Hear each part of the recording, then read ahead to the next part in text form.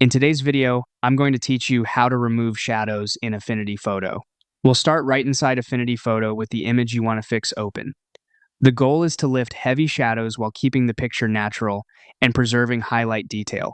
To do that non-destructively, head to the top menu and choose the option for a new live filter layer. You'll see it listed under the pixel menu. Live filters sit above your layer like transparent adjustment layers, so you can revisit the settings at any time without damaging the original photo. From the live filter list, move to the lighting category and select Shadows, Highlights. That opens a panel with a small set of sliders that control how aggressively dark and bright areas are recovered. Start with shadow strength. This brightens the dark regions.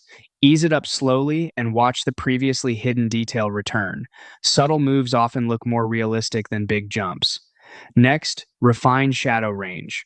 Range decides how broadly the edit reaches into the midtones.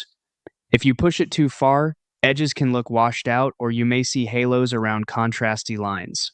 Dial it back until the lift feels targeted and the natural contrast remains. If parts of the image are too bright, use highlight strength to gently bring them down. This helps balance the scene so the lifted shadows don't make highlights seem overpowering. Then adjust highlights range to define which bright tones are affected. Narrower ranges protect the brightest speculars. Wider ranges smooth out larger bright areas like skies or walls. Take a moment to watch the live preview and zoom in to 100% while you fine-tune. Look at transition areas like along faces, fabric folds, or building edges to be sure textures still look intact. Because this is a live filter layer, you can always come back later and tweak the settings as you continue editing.